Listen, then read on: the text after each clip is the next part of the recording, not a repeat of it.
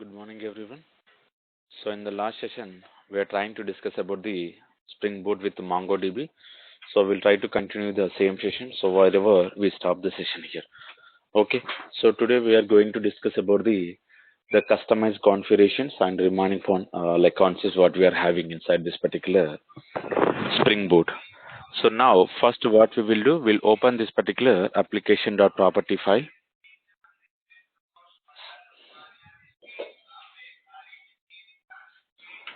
So, here you can see inside this application.property what we are having. So this is the application or property. Just only we provided MongoDB related section, and these are all the information we connected with the H2 database. So same way, if you are trying to connect with MySQL or any Postgres database, what you need, just we need to change the URL and the driver class name, so username and the password. So these are all the basic information we need to provide here. Now coming back to here, so how we can communicate with this particular Spring Boot with the security. So before going to discuss about the Spring Boot with the security, so some some annotations which are available inside this particular Spring Boot. So those annotations we need to identify properly. So if we observe carefully, conditional annotations. If I'm trying to create here conditional annotation, so you can see something like conditional annotation. Now you can see these are all the conditional annotations we are having. So the first one, basically, if you are trying to use this particular conditional annotation, so internally it is expecting the parameter. So what is the parameter it is expecting? If I'm trying to provide here, so it is expecting the class, and it should be matched with this particular condition. It should be matched with this particular condition here. Okay, so this is the conditional annotation they implemented. So what exactly it will do? So basically, so indicates that the component is only eligible for the registration when all the specified the conditions are matched here. Whatever the conditions we are going to provide, if the conditions are going to match it, so then only this particular component is going to eligible. So where we are going to use this particular annotation, the conditional, this conditional annotations we are going to use only on top of the component annotations, either the stereotype annotations, or we can go for the simple annotations called component here. Okay, so this is important here. Now what I am doing it, so here I'm going to make the conditional, so based on the MongoDB related sections here. Getting the point? So if I'm going to write here conditional if the MongoDB template. So if the MongoDB template, if it is available, so then only we can create this particular object of this particular home control. So this is the something we need to provide here. So basically this particular class is not implemented from the condition, because internally if you go to this particular condition, so we need to satisfy the condition. So we need to satisfy this particular condition. If I want to satisfy this, now what we can see, so again we need to identify this. Let's see the MongoDB, instead of this particular template, we have a one condition.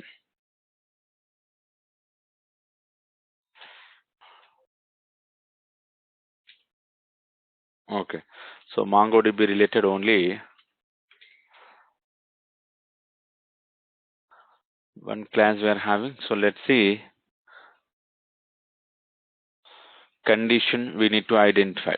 So we have some classes, so conditional related classes.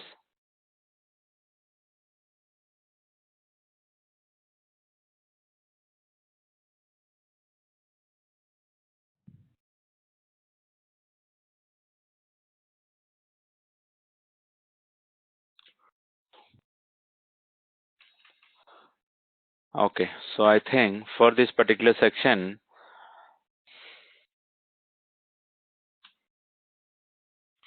okay, so conditional related section is not available. Now what I am trying to provide here, you can see JDBC. If you are trying to work on this particular JDBC related section, now you can see we have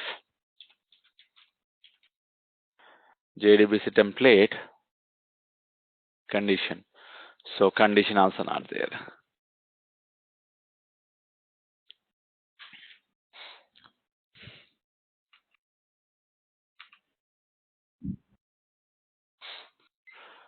So let's see what are the classes are implemented this.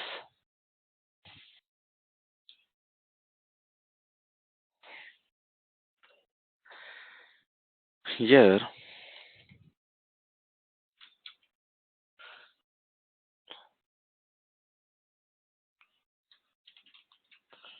so JDBC template,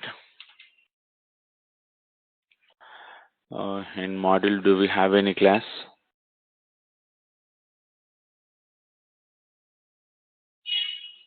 Okay, configuration. Okay, maybe we missed the jar related section. So basically we have some classes. So those classes are going to extended with the condition. Those classes we can use it because it is an interface. Now you can see here. So they are trying to use the extend here because we already discussed this section inside the when we are trying to discuss about the annotations in the Java. Okay. So this particular criteria should match here. So whenever we are trying to use this particular conditional, so we should provide the example which class should be available. Then only we are going to create object of this particular component. So otherwise, wherever we are using, for example, if I'm trying to use on top of the home controller, the home controller object will not create here. Okay. So this is the conditional annotation we are having, and we have some other conditional annotations here. So if you observe carefully, so conditional bean. Basically, if you're trying to provide the conditional bean, now you can provide the so same thing. If I'm trying to providing this particular internal implementation of this particular conditional bean, so what is expecting here?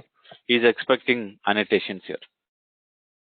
Okay, it is expecting this particular annotations, and otherwise you can see it is expecting class here. So you can provide any class here. So default is empty.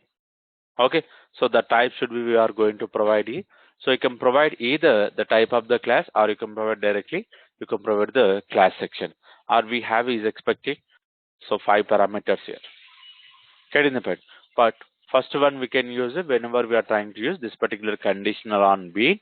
And now you can see here whenever we are trying to providing this particular conditional bean, when we are trying to providing the appropriate class. So once the appropriate class is configured, later it will try to configure the home controller. So for example, the same thing we can go for the MongoDB template.class file. Getting the point.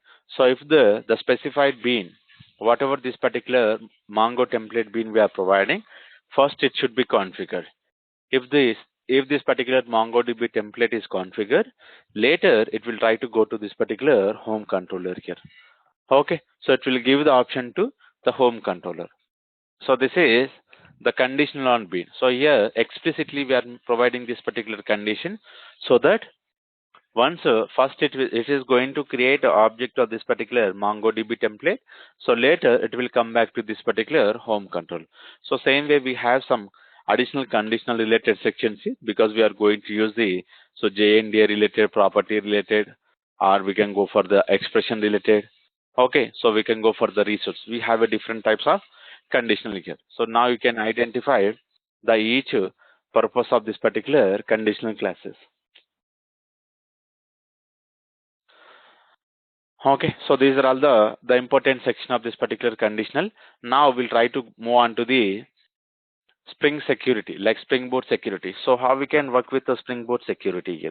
So because we already identified XML configuration, and the same way we identify the annotations example with the help of this particular Spring. Now we'll try to focus on the Spring Boot with the security here. So how we can identify here? First we need to go to this particular important example called Maven repository, and here we need to identify the Spring Boot starter security here.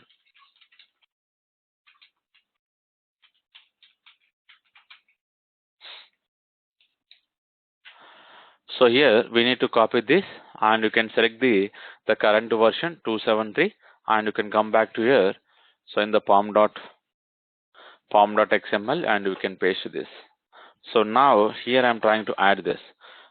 I'll remove this particular version here, and I'm trying to save this. So now you can see, so refresh this particular Maven file. Here we are having this. Here you can see resolving the dependencies of this particular Spring Boot example. Now, so is importing the Maven projects here. So once it is imported, I'm not doing anything here. So just I'm going to run the applications here. So once these particular configurations are completed, now I'm going to run the same example, whatever we implemented here.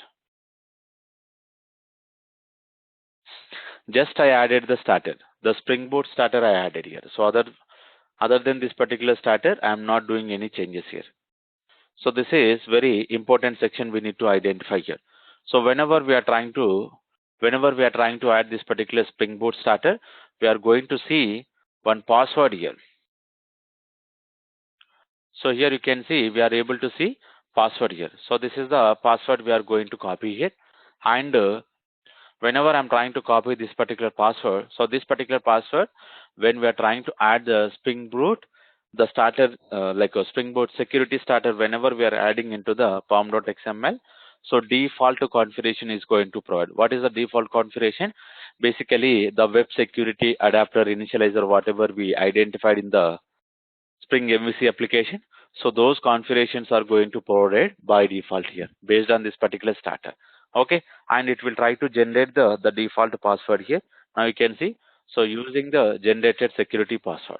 Now we are going to copy this and we'll try to log in into our application. Okay, so we'll try to log in into this particular application. But what is a username? Okay, now you can see if I'm going come back to here, so from where this port is running, which port number it is running, so you can see 8080. It is running on the 8080. Whenever I'm trying to run this, now you can see it is trying to asking the username and password. So why it is asking? Because of the Spring Boot security starter we added. Whenever we are adding this particular starter, the default configuration is going to provide for us and we are going to use this particular example. Now, so user, I'm trying to give as a user, whatever the password we are having, the same password I copy from the console and I pasted here. Now I'm trying to click on this particular sign in. Whenever I'm trying to click on this particular sign in, now you can see, so we are coming back to the whatever we identified in the previous example. So click on the login or you can go for the registration. Getting the point. So when we are trying to click on this particular login, because of this particular path, Spring Security login page is providing here. So Spring Security login page is providing here. So this is important here because it's going to take care of this particular path here. Again, what we can provide here, so we should provide the user and you can provide the password and click on login. Now you can see coming back to the, so welcome to Spring Boot applications here. Now here you can click on the registrations here. Okay, so this is important information we need to identify whenever we are trying to providing, so this particular starter. So what is the starter we are providing here?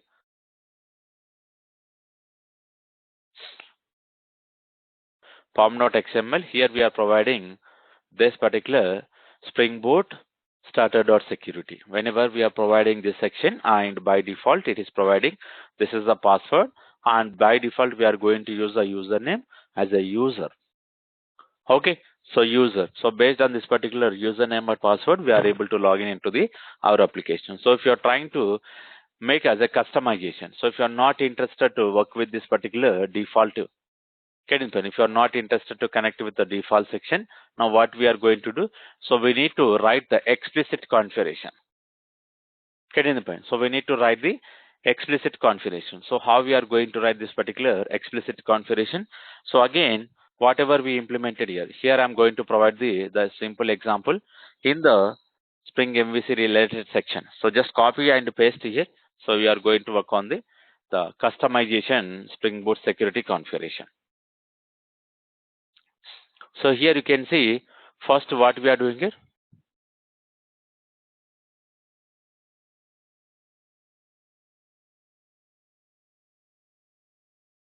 So we are going to use this particular user detail service and we are going to write our user detail service and we are going to provide this particular section here. From here we are providing user repository. Okay, so user repository, with help of this we are loading the data from the database and we are sending back to this. Okay, so this is the security configuration we need to provide here. And so what about this particular matcher classes? The security matcher classes whatever we provided here, where we are using, not this. I think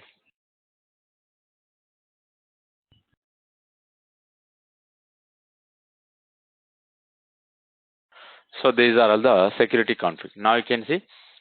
So you can again extend with the web security configure adapter, and you can provide the particular configure method, and you can override this whatever we are expecting it, and you can provide instead of in-memory authentication. So we have a user detail service, because the user detail service we are trying to providing, where we are trying to providing it.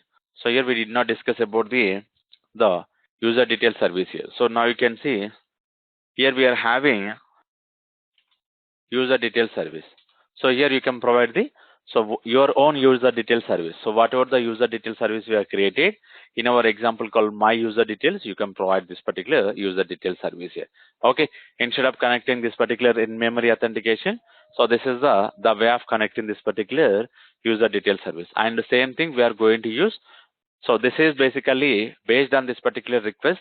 So which request we need to provide without the security, and which request we need to provide with security. So he is expecting like this. Now you can see. So we are having, whenever we are trying to connect with this particular slash, so we are having the user call role user. Same way we are trying to discuss about the admin role. And here we are trying to discuss about the access denied. We are trying to give the permission, and the same thing we are trying to give the permission for this particular logout. And here you can see, so these are all the two user, like these are all the two paths we are giving the permission. And other than this particular two requests, so anything should permitted with help of this particular form login. Okay, so any request we need to provide the security. So we are going to provide the form login, and inside the form login we are going to provide the something like whatever we are going to provide the important section. So let me copy this particular sections here. So I'm going to copy this particular section, and here I'm going to stop with this particular important information. So after this, now what we can do, here we are going to write the one Java class. And what is the class we are going to write here? Something like security config. Okay, security config I'm trying to write here, and this is the new class we are trying to discuss here. So I'm trying to extend from the web security configure adapter. So where we are having this web security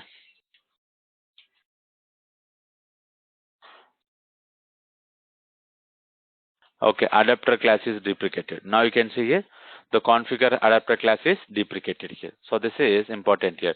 If you are trying to use it, so this is the deprecated. So from where, like which version onward this particular class is deprecated, they did not provide the version here. So just they provided the on top of the class is deprecated. Now you can see, so we are able to use the same configure method, and here also we are having another configuration. So we are going to provide this is the one, this is the one.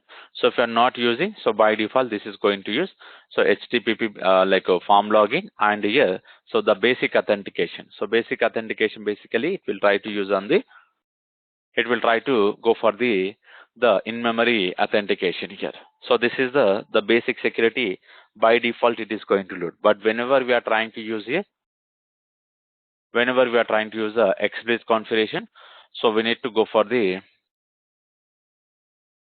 we'll use a configuration. So we'll identify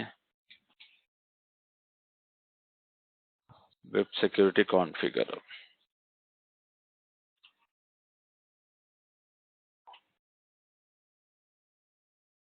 If I'm going to use this,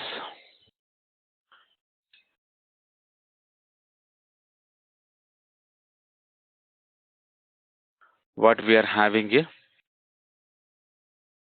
So this is the default configuration. So now you can see web security configuration. Now it is expecting the configuration annotation, and here we are having default bin. If you observe carefully, if you are trying to work with this particular like a Spring MVC annotation example, what we did here, where we provided the Spring MVC configuration. So now you can see here we're having bin with the data source like this is all about the session factory, Hibernate template, and the transaction manager. Same way here now you can see. So this is the security related section, and these are all the beans they configured. So listener they are trying to configure, and this is the expression handler. So now you can see filter security chain. So we discuss about this whenever we are trying to discuss about the XML configurations as well as annotation configuration. So this is the particular important method. Now you can see another, so one more bean. Okay, so this is another bean. Now you can see, so post processor. So we discuss about the bean life cycle. Bean like before initialization, after initialization. So these are all the bean related sections that they configure. So this is the particular default to security configuration. So this particular class we cannot use in our configuration. Okay, this particular class is not going to use. Now again we need to come back to this particular same whatever the configuration we are using here.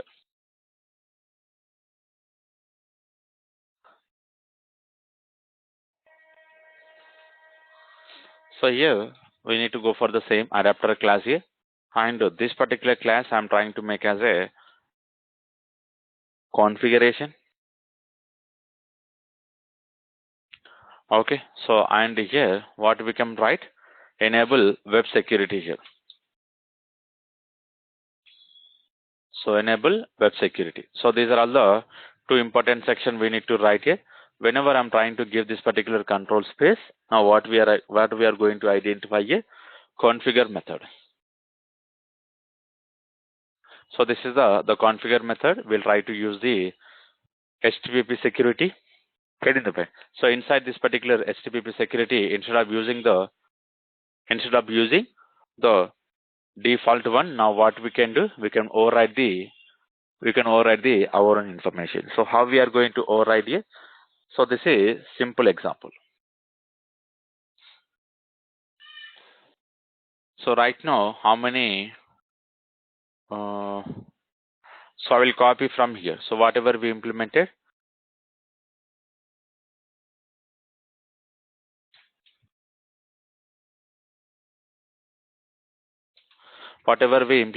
inside this particular Spring MVC. So same thing I'm trying to use it. And here now you can see, so access denied and everything we can provide. And another method, what is another method we can write here? So same thing configuration we can use. So authentication manager builder. Now I will try to copy whatever we are trying to use this section.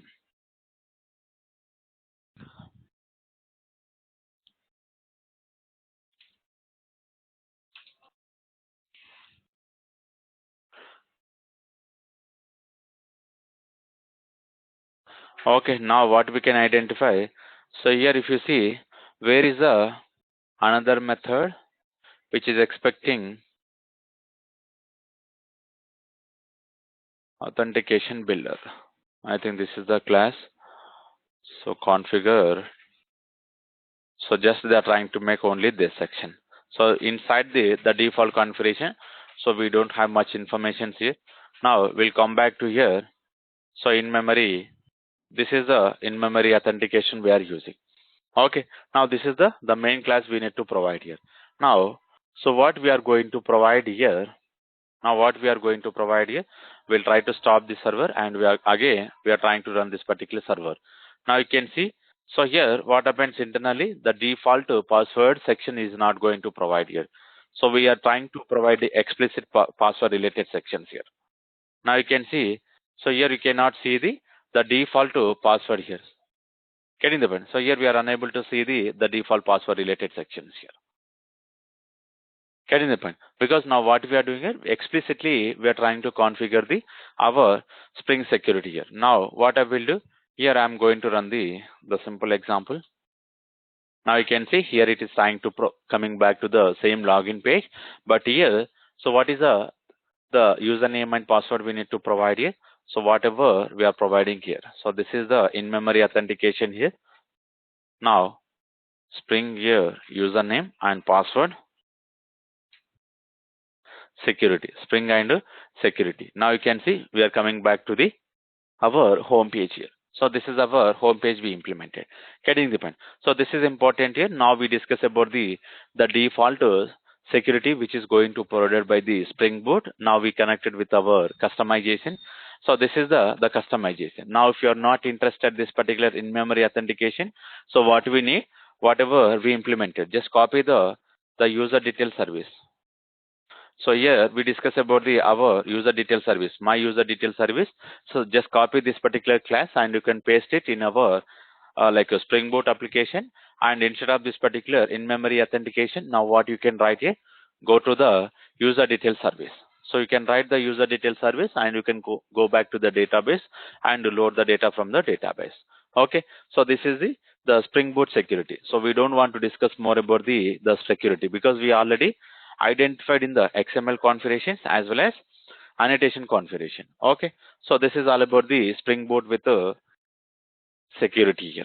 Now we need to identify another important section here. So if we observe carefully in our property file, application.property file, now what I'm doing here, I'm trying to provide a Spring dot main dot. So where is the Spring dot main dot something like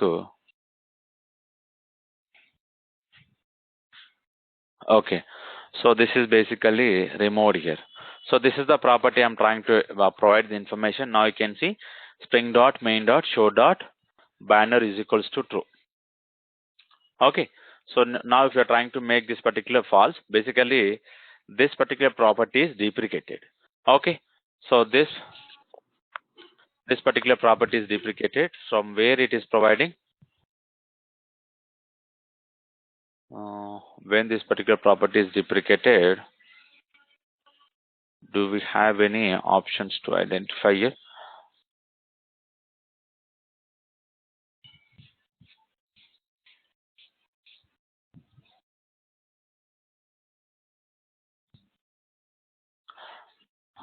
Okay, so anyway, now you can see, so we have this particular option.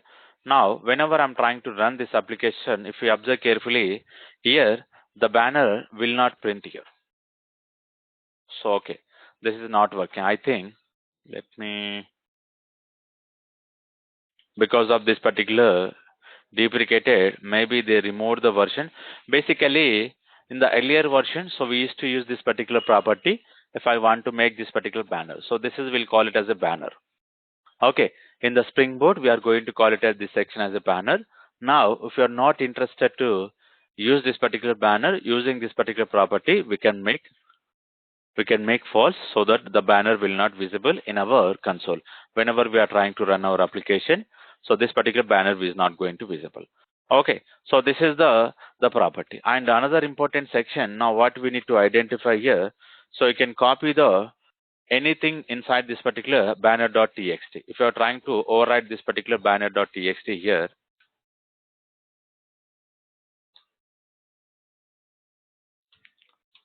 banner.txt, now what we need to identify here. So when we are trying to discuss about this particular banner.txt, let me add this also. Something like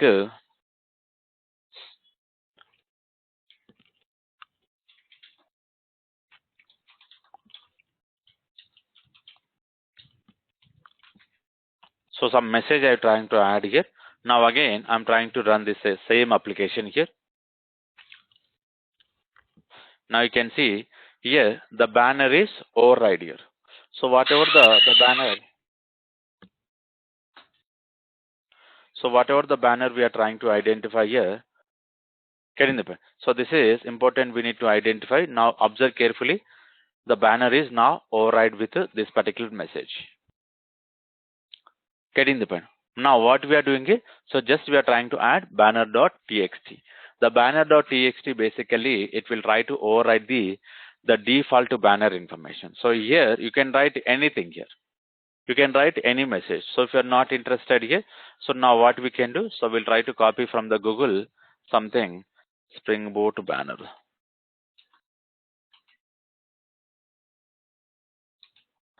Let's see, anything do we have? So they are trying to, they implemented this particular banner.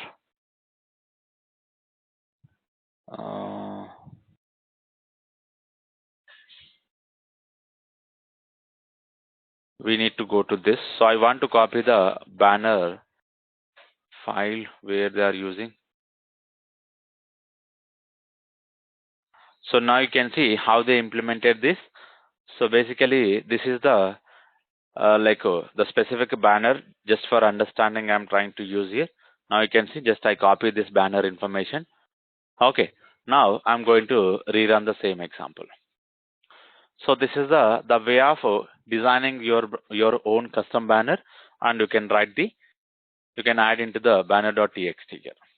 So now you can see, so the banner is now showing here. So you can see here, whatever the banner we added, this particular banner now it is showing here. Okay, so this is the way of customizing the banner information. Getting the point? So this is the customization of this particular banner section. If you are not interested, you can delete this particular banner.txt. What happens internally? It will try to take the default information, so which is coming from the Spring related sections here. Okay, so this is another important section. And here now, if you are not interested, provide the banner.txt in the resource location. So what you can do, you can write with the path here.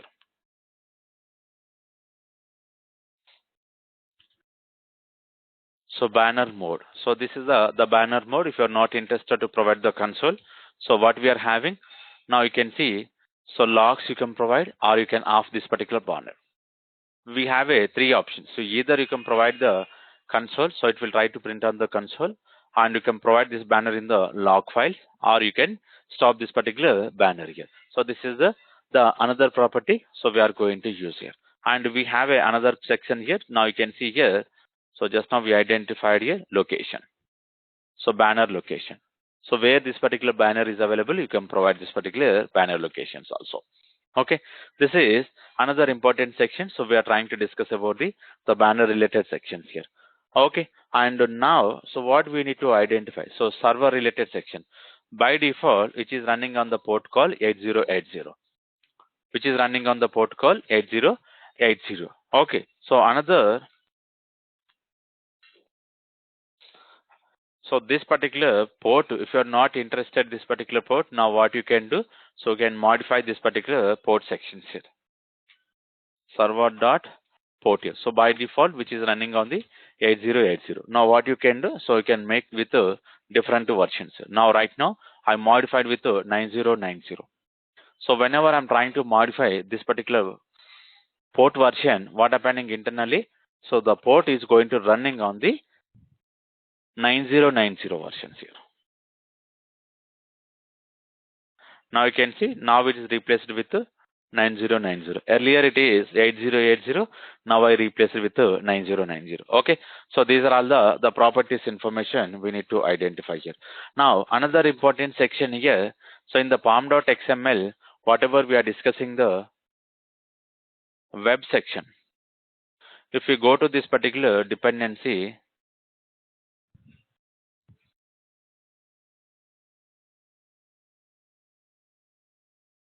let me here in the dependency section web, this is the starter web we are having here. Now what you need to understand, inside the starter web we are having Tomcat, Timeleaf, these are all our own sections.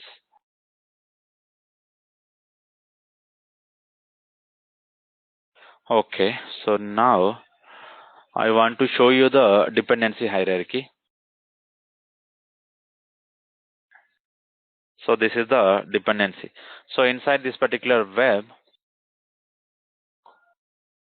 so what we are having, starter we are having, so auto configuration logging. Now you can see, so this is we are discussing. Now you can see Spring org, Spring Framework, boot, and Spring boot starter logging. So what is the logging version we are using? 273.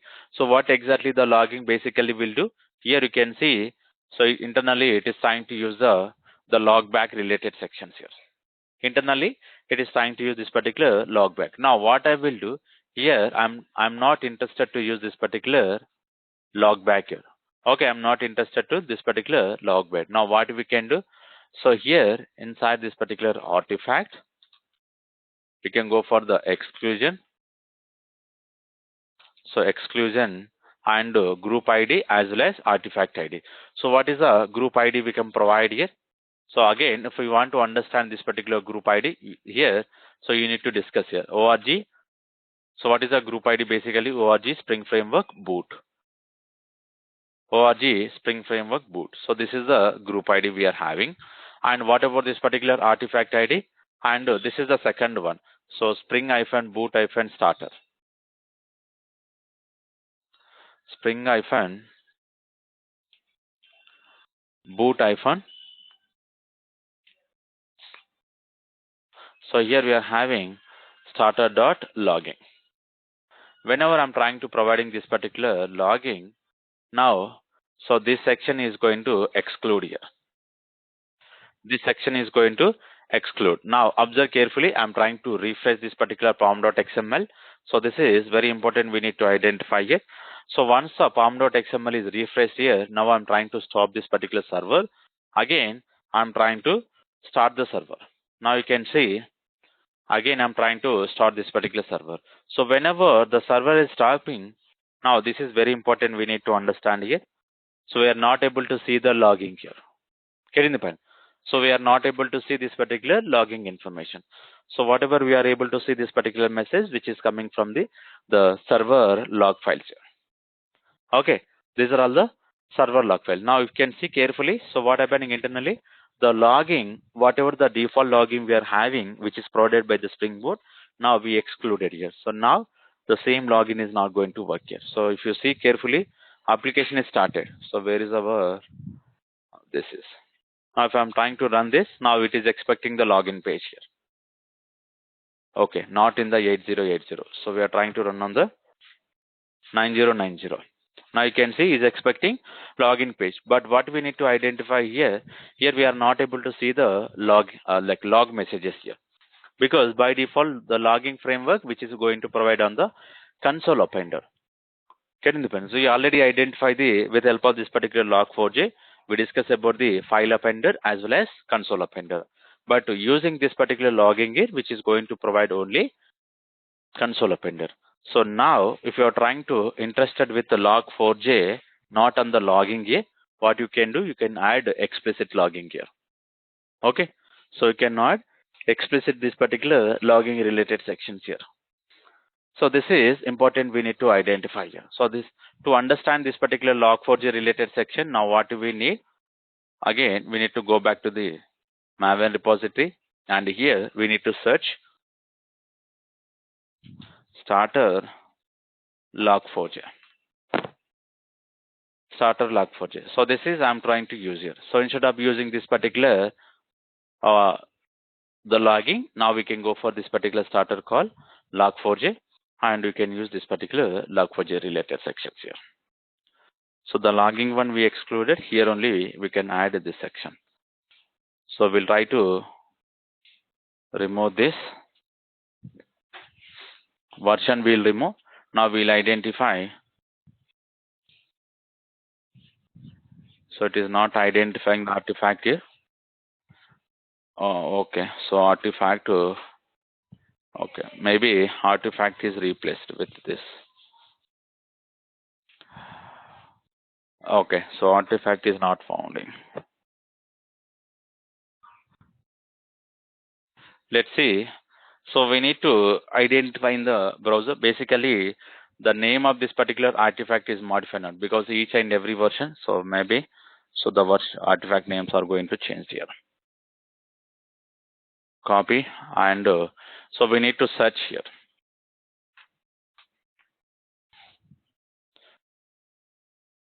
Starter4j is not working. Now what they are doing here?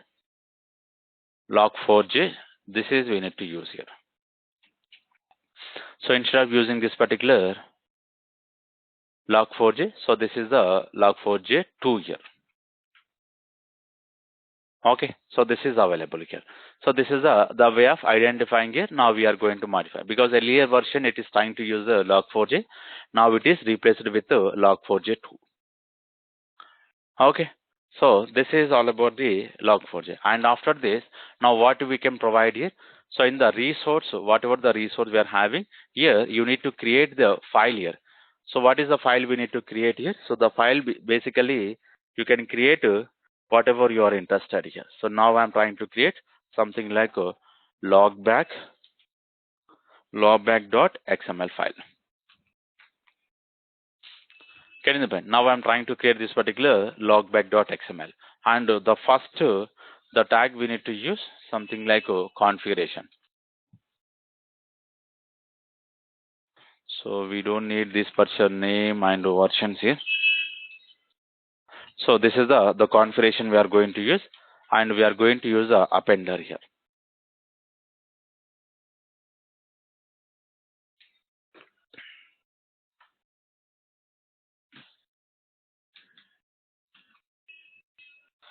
So appender.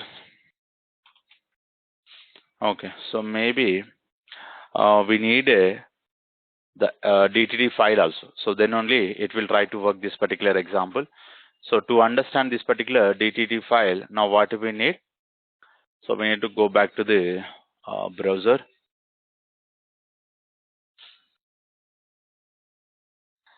So let me copy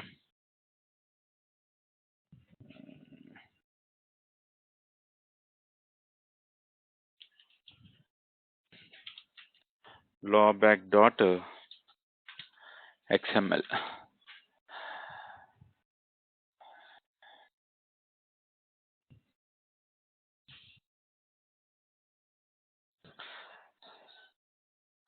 So this is we need to use here. So now you can see this is the configuration. So they are trying to use a default XML and console appender XML they are trying to use. So where they implemented here.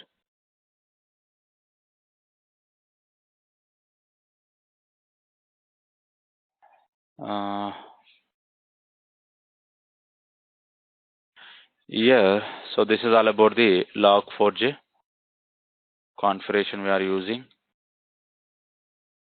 Okay, where is the path? So this basically this is we need to use file read only.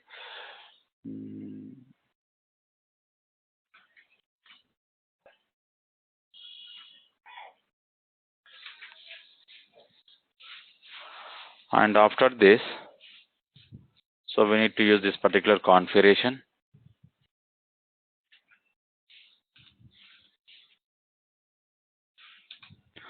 And here, after the configuration,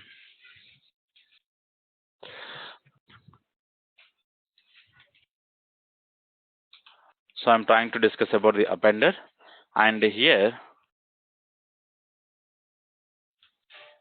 we can go for the console. So we can go for this particular console appender.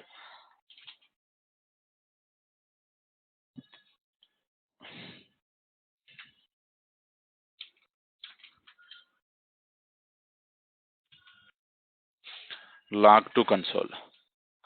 So inside the console, now we can go for the pattern here.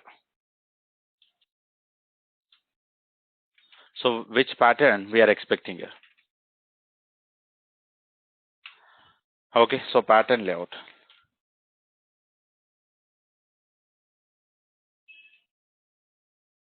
And here you can write the pattern section. Anything. Something 1.0 F here.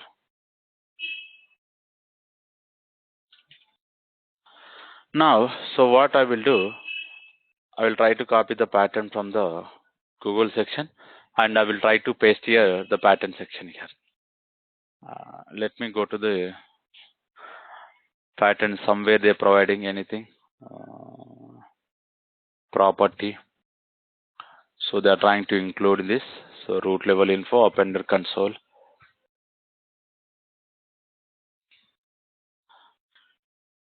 Let's see. So we are trying to work on this particular log4j2, not this.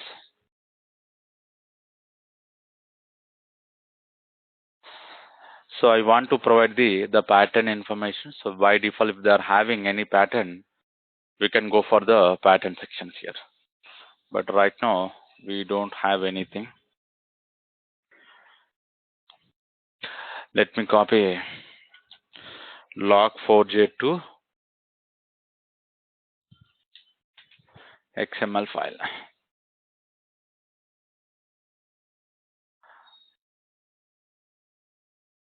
So this is the pattern I want to copy.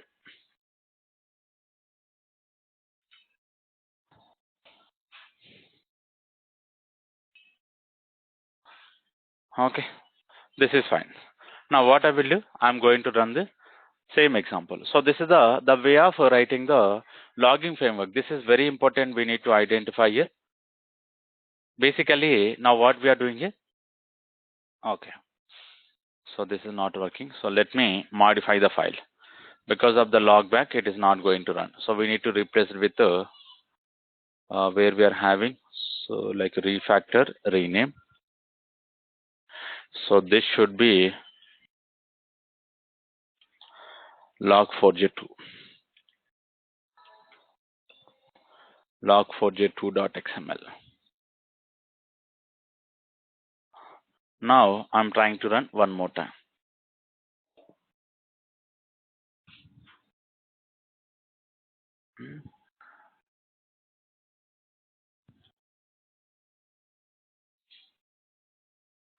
Okay, so I got it.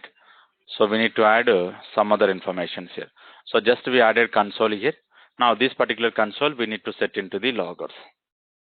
After completion of this particular appenders here, we are having loggers.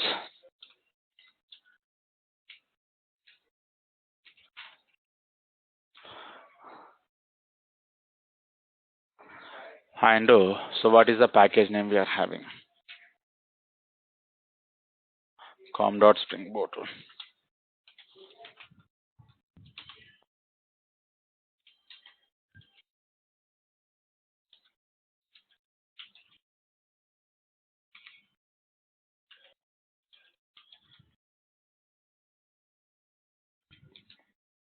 Okay, so this is the logger we are going to use here, and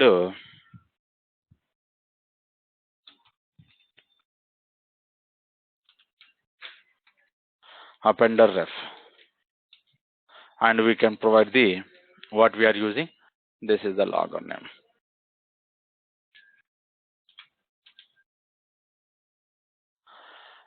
Okay, now after this example, again I'm trying to run this.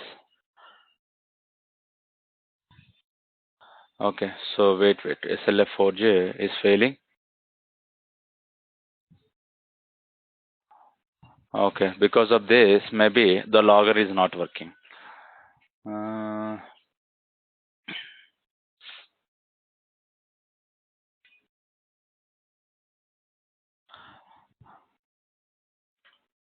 Failed to load. I think this particular class is not available.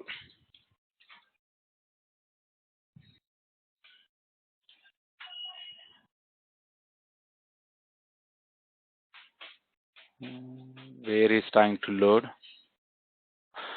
So what is the file? pom.xml slf4j.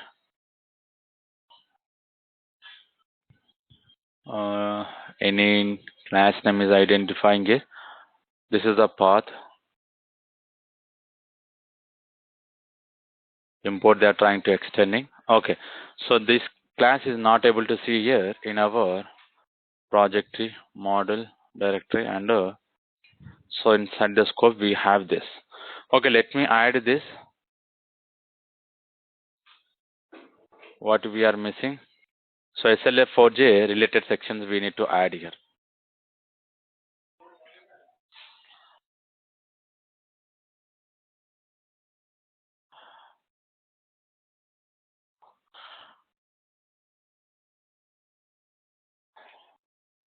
It should be available here. Let me go to the pom.xml. We are excluding the Springboard starter log and log4j2.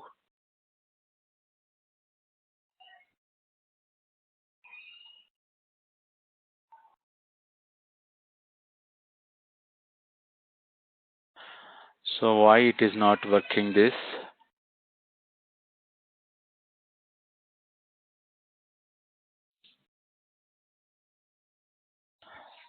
Okay, let me reload from the disk here. So it should work basically. So whatever we are doing here,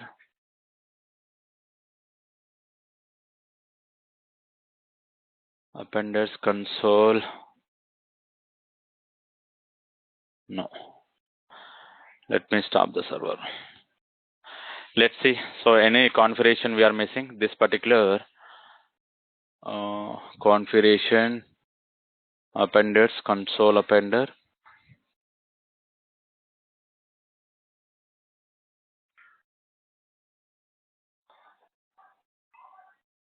So we are using the configuration, appenders we are using, so console.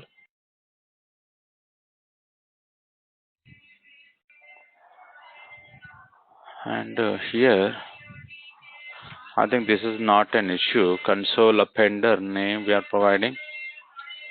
This is the target.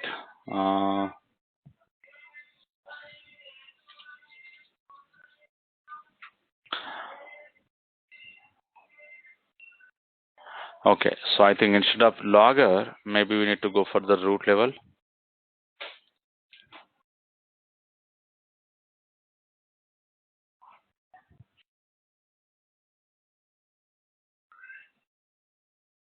Properties, log pattern, app log pattern. So here they are trying to use a log pattern. Okay, I think this is the same.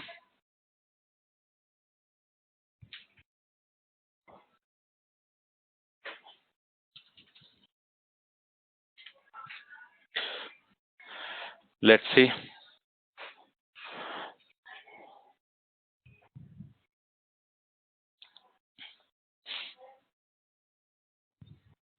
No.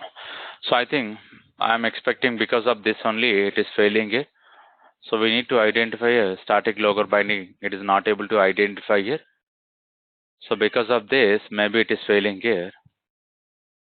Let me add this particular SLF4J. Okay, what are the dependents they are trying to use?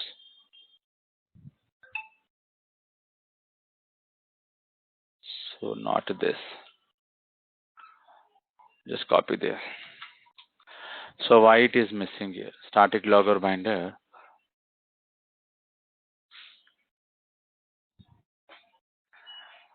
SLF4J, SLF simple. Now I'm going to add these two sections here. So basically, these two sections should be available under this versions only.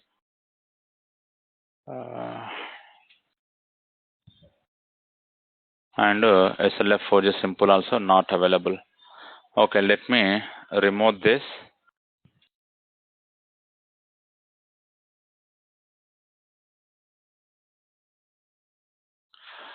So I'm trying to add explicitly. So anything is missing.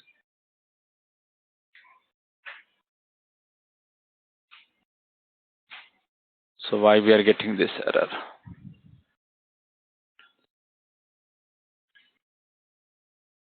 Okay, for this log4j jar is expecting, but we add a log4j2 here.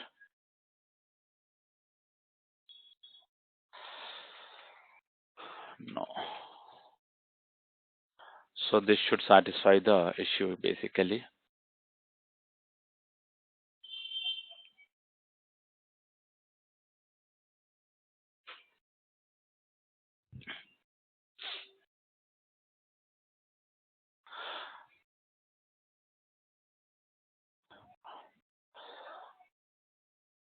Why we are getting this SLF4J related? So basically we should not get, because the starter internally it is going to download the required dependencies here. Something, okay, let's see whether it is downloaded or not. Okay, so maybe we are having exception on this.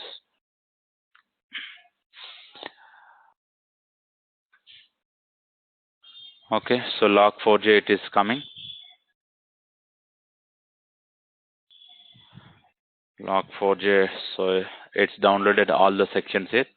Now let me run this one more time.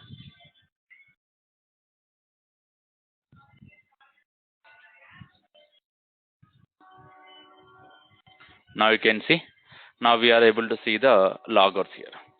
So maybe whatever we added the starter, it is not downloaded properly. Because of that, we got an exception here.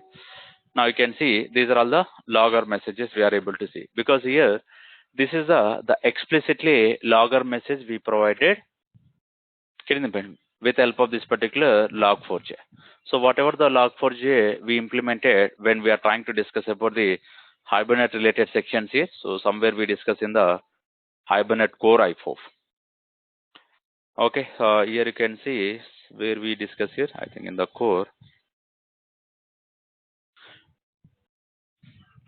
Here, log4j.properties here.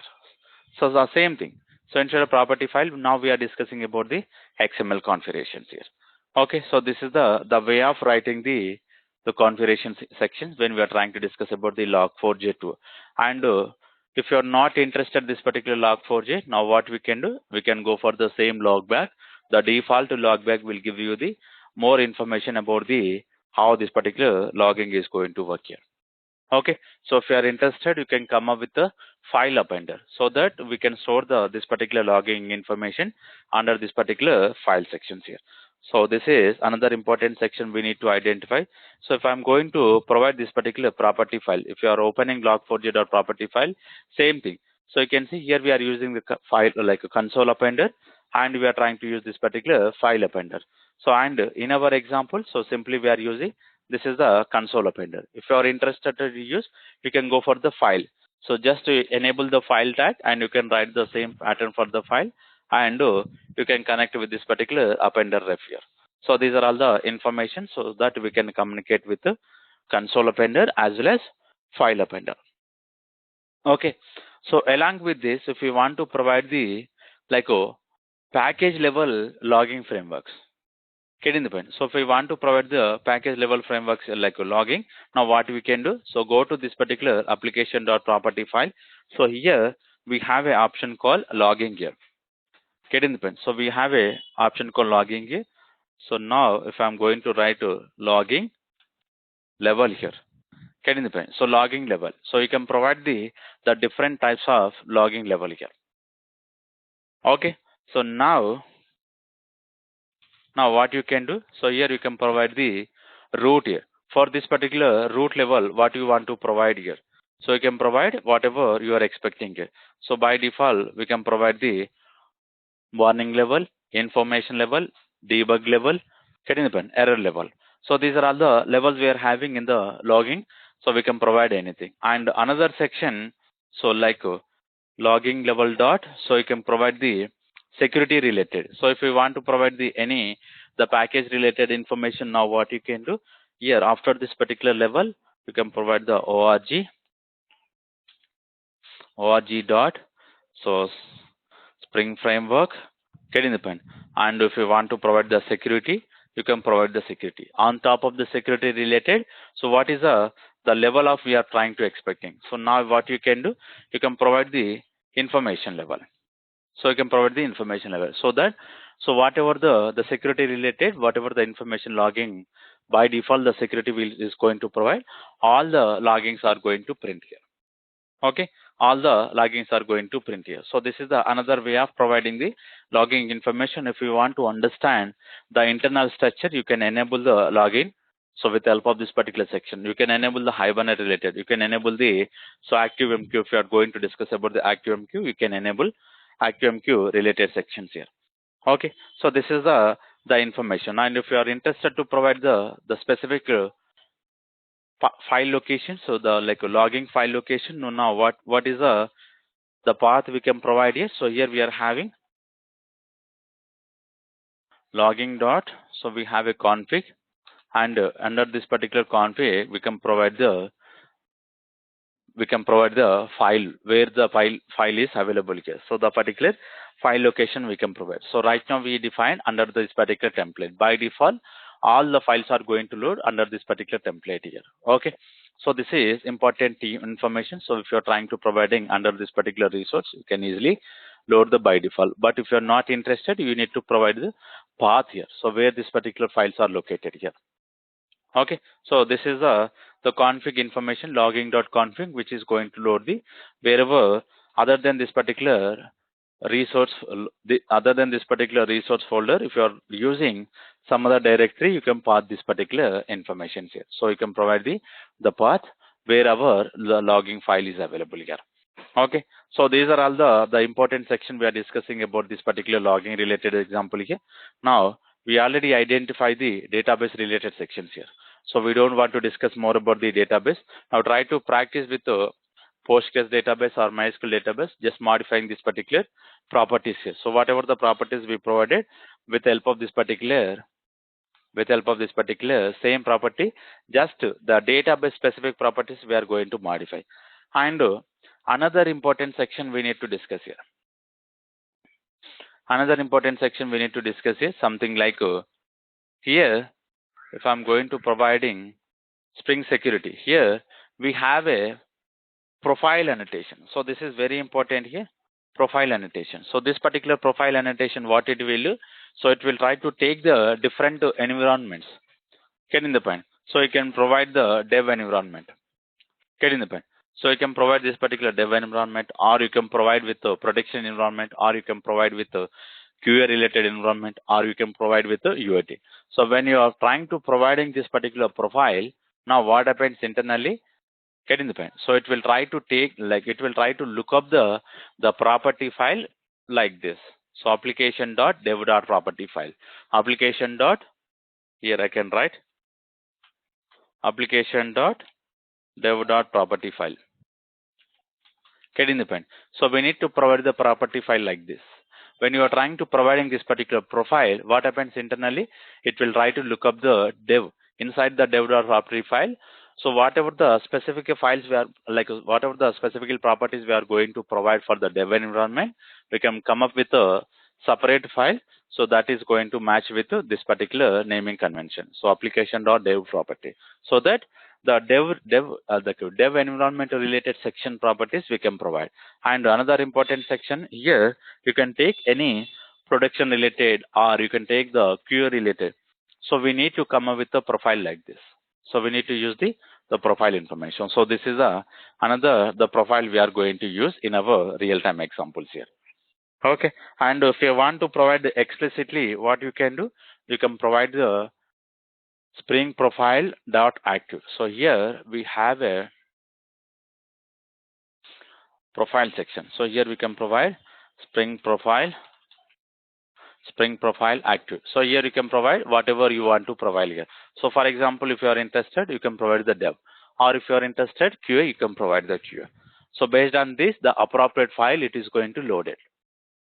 Getting the point? So based on this particular like a tag, the property tag, the appropriate property file is going to load it. So most of the cases, now what we will do, when we are trying to build our application, so we are going to give this particular spring-profile.active whenever we are deploying the application into the different environment, so that it will try to look up the profile information. So based on that, the appropriate property file it is going to load it. So this is another important section we need to identify here. Okay, now these are all about the logging information, so security information, and some of the profile related example we identified here. Okay, so any questions so far? Anyone having any questions?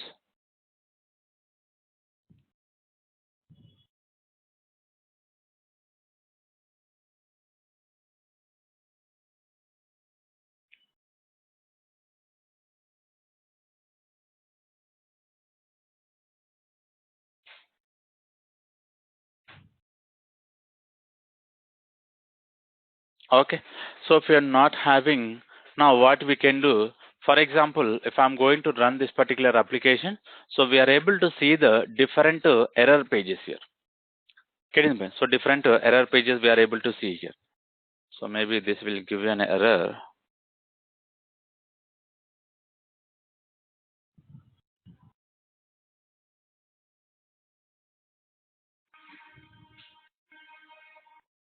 Now it is running where we are having.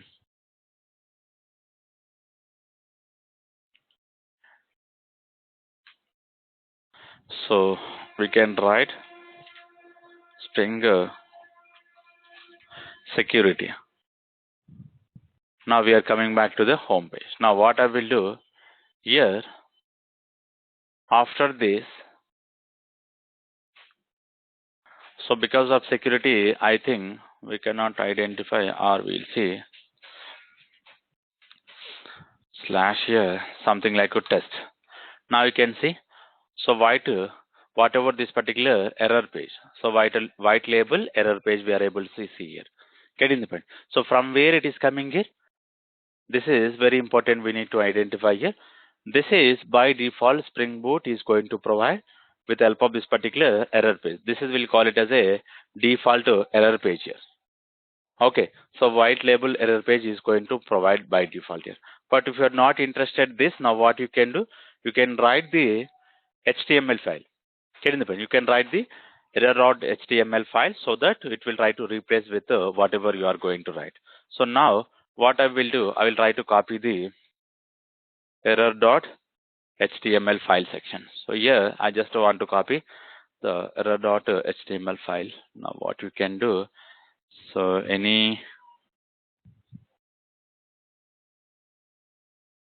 so these are all the, so big section we are having now.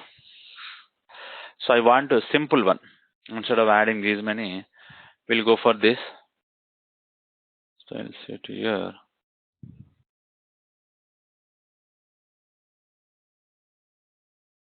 Not this, so error dot.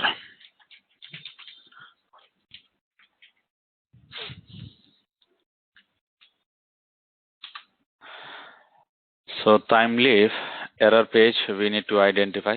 So just I'm going to copy it. So basically, when you are trying to providing this particular error page, where is error page? I think so. They're trying to use this.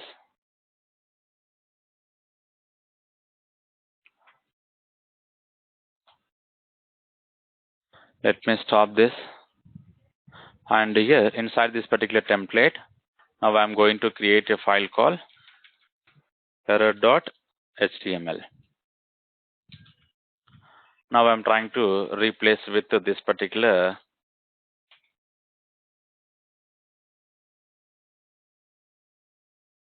Okay, so this is the only the code is showing here.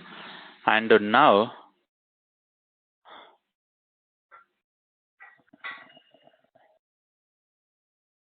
where is the error.html?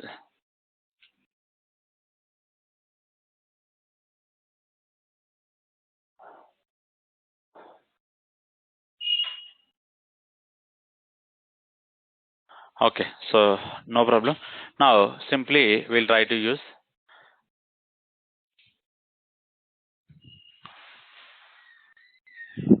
See, basically we are trying to discuss the simple example, but real time we are not going to use this particular simple here because we are trying to define the error page. It's going to take some time because we are going to add logos and we are going to provide the links here. Getting the point? So we are going to add much information. So but just for understanding here, now what I am doing here, I'm trying to providing this. Now you can see, so whenever you're trying to log in by default is expecting to provide the so username and password. So this is the Spring Boot, and when we are trying to access with the test information, like something is wrong here, get in the mail, something is wrong, just we are giving the option to go back to our home page. So now it is time to go back to our home page here. Now you can see we're coming back to the home page. So this is the way of defining the error pages here. So earlier we identify the default white label error page. Now what we are doing is, now we are trying to providing So customized error page. Now what we are doing for this purpose, so just simply we are trying to implementing here the error page section. So just we are adding the error.html page. Now this is trying to provide the much information. But in the real-time scenarios, we are not going to provide this section. We'll define the like logos and home page, the like the resource information, and we are going to provide the different type of buttons here based on our application. So we are going to provide the error pages. In the body, we'll try to provide this particular message here. Okay, headers and photos will be the same, and the body will provide some additional resource along with this particular messages here. Okay, so this is all about the error page we are going to define in the real-time applications if you are not interested this particular default error page. So now this is all about the simple example we identified here. So we'll try to discuss about the ActiveMQ and email related. So if I want to discuss about the ActiveMQ as well as the email related section, so what we need, again we need to add a starter here. So what is the starter we need to add here? So the same starter, whatever we added ActiveMQ here.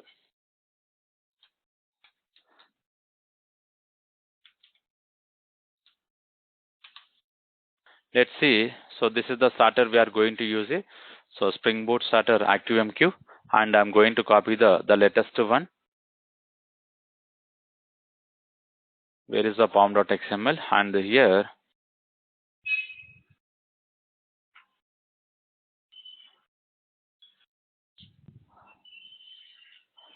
I'm trying to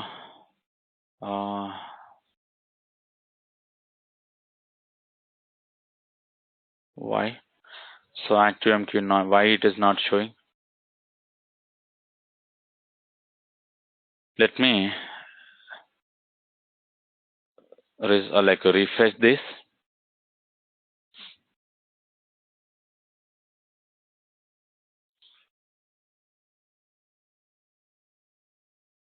Okay. So now it is downloading the latest information here. So now if you go to here, all the ActiveMQ related sections also we are able to see. Log4j ActiveMQ. Okay, so here we are able to see the ActiveMQ. Now, so what are all the configuration we need to provide here? This is the another important example we need to identify here.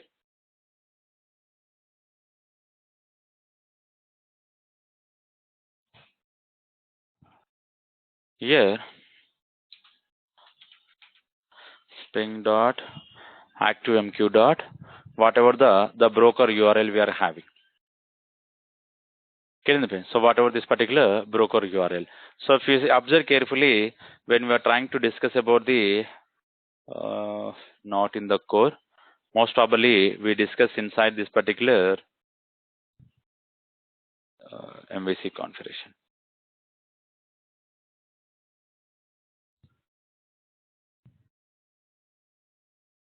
This is okay.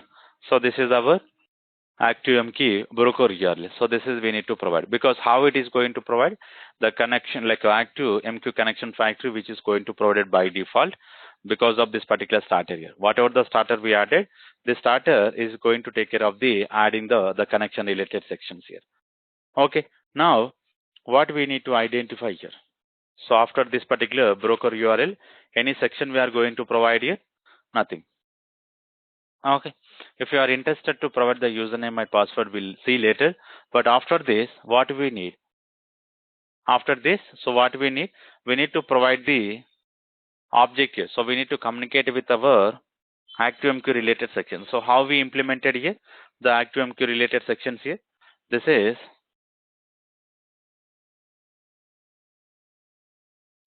we added connection factory.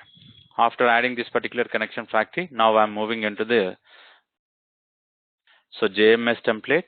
With the help of this particular JMS template, we are trying to use the convert and send, and we are trying to use the this particular receive and convert. So these are all the important section we need to use here.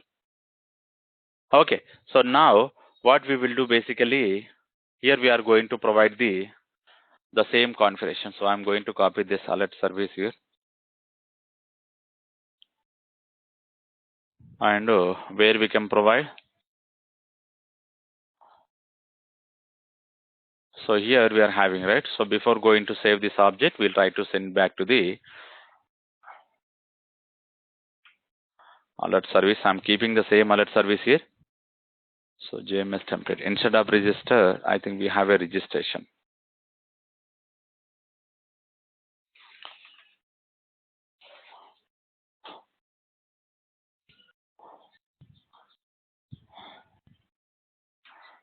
So we are having registration class here.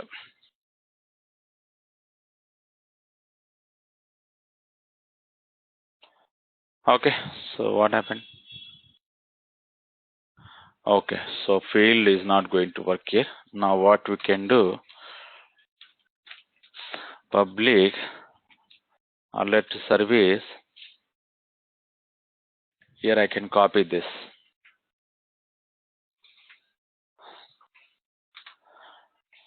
Okay, so JMS template, this dot JMS template is equals to JMS template. And this auto wide annotation, so we are going to make on top of this.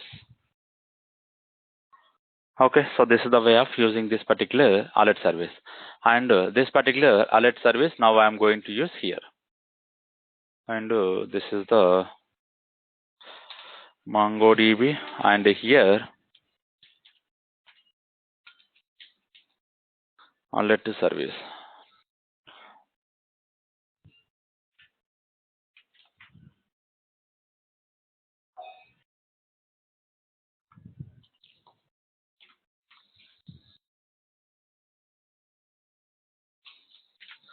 This dot alert service is equals to alert service. So after providing this, now what we will do here, before saving into the MongoDB, now here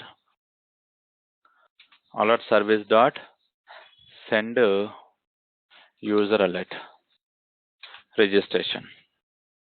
Okay, so this is the simple example. Okay, so this is the simple example. Now I'm going to run this example.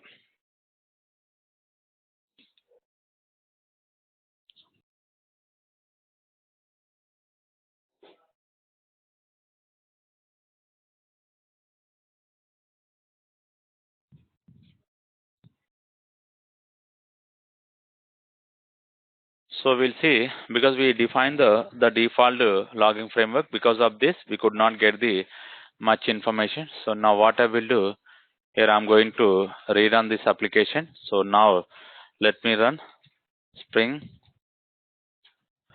security, so logging and registration. So before going to registration, now we need to see the this particular ActiveMQ. So what is the password we can provide? Admin here. Okay, so what is the destination alert name what we are using? So right now we did not provided anything here. Now we need to identify here, so how this example is going to communicate here.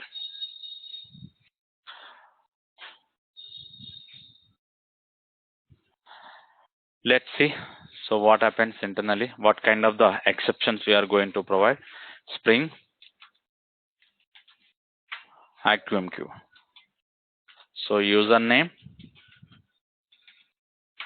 ActiveMQ.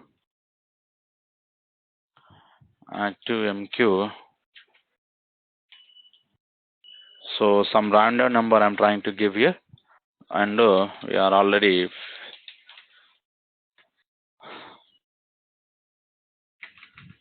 so instead of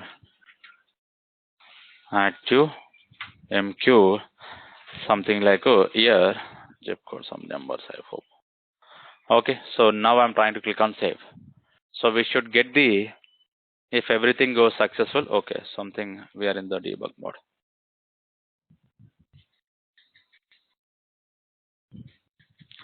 So we are getting an exception. Getting the point. So we are getting an exception. So because of this particular exception, now it is trying to redirect into the error page. So why it is redirecting it? So now we need to identify in the console what is an exception. Now you can see default destination name. Getting the point. So where is the destination? So from where we want to keep this, so we should provide the default destination name here. Okay. So this is we did not configure this. Now what we can do? Go to this. So let me identify Spring dot ActiveMQ. So is there any the property we are having? So default destination.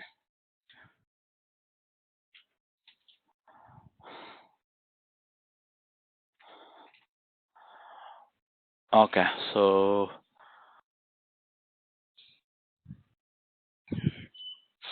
in memory to package. Okay. So maybe we don't have a property. So now what we can do? We can go for this particular example. Here only we can write the default destination. Alert service.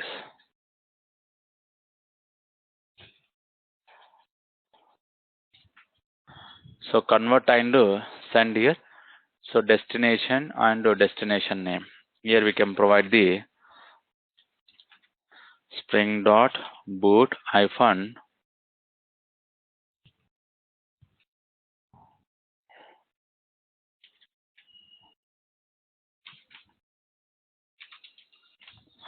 Okay, so this is we are going to use. So this is the default destination name we are going to provide here. So instead of providing, so for each and every method, basically if you are trying to configure explicitly, now what we can do? So this is the same step. Where is the same step we did here? This one. Now you can see same way we can configure the JMS template explicitly, and you can write the so the default destination message name, and internally it is expecting connection factory. Okay, so these are all the explicit configuration, but by default Spring Boot is going to provide these are all the configurations here. By default this configuration is going to provided by the Spring Boot here. Now you can see services. I hope it is started. Now we'll go back to the same example. So Spring security and registration,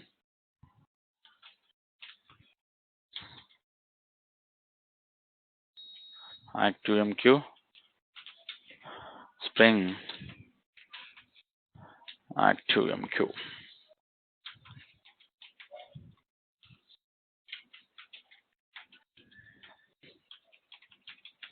Some different fields I'm trying to providing. So city, whatever we provided, active, something like MQ, random number. Okay. Now I'm trying to click on save. So it is trying to, we enable the breakpoints here. We'll see. Let me see the console. So again, we are getting an exception. So we need to identify this. What is an exception right now? So message conversion exception. So cannot convert the object type registration to JMS message. Basically, what is expecting is expecting the serialization. Getting the point. Now you can see is expecting these are all the data types here. So what we can do, the whatever the registration classes we are using, so we should go to the implements with the serialization here. So this is we already got the same exception when we are trying to discuss about the Spring with ActiveMQ.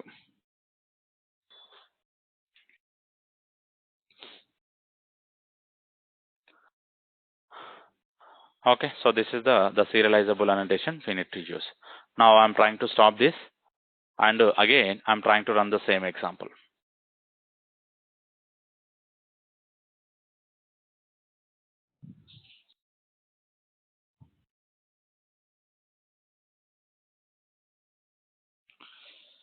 Okay, now let's see. So again I'm trying to run Spring security and registration, and here first name security Spring ActiveMQ and ActiveMQ So some random number.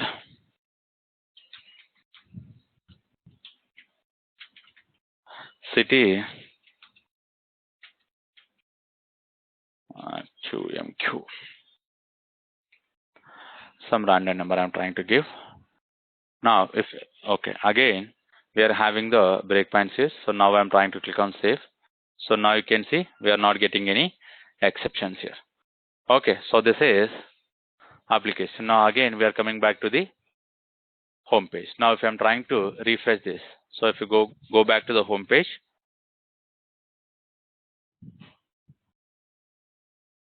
we are discussing about the queue. Now you can see Spring Boot alert name. Whatever we are discussing here, Spring Boot, spring.boot.alert.name. So this is the destination we provided, and we connected with the ActiveMQ here. Okay, so this is important here. Now the same object here, now it is trying to save in the database as well. So if you try to go to the compose here, now we'll try to identify the object information. Let's see. So what is the database name we are using? So this is the admin database we are using.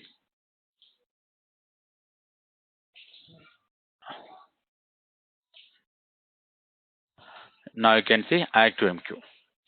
So whatever we discuss here, Spring with ActiveMQ, now it is connected this particular information here. Okay, so this is the way of loading saving into the MongoDB related sections here. So I'm going to stop this session up to here. Now tomorrow we'll discuss about the email, sending an email information. So and later, now we'll try to come back to some of the features here, like what are the Spring Boot is going to provide. We are having first feature called Dev Tools, and later we'll discuss about the Acuture framework. So these are the two information we need to identify. So once we completed here, we'll move on to the microservices related examples here. Okay. So any questions? So regarding our today's session?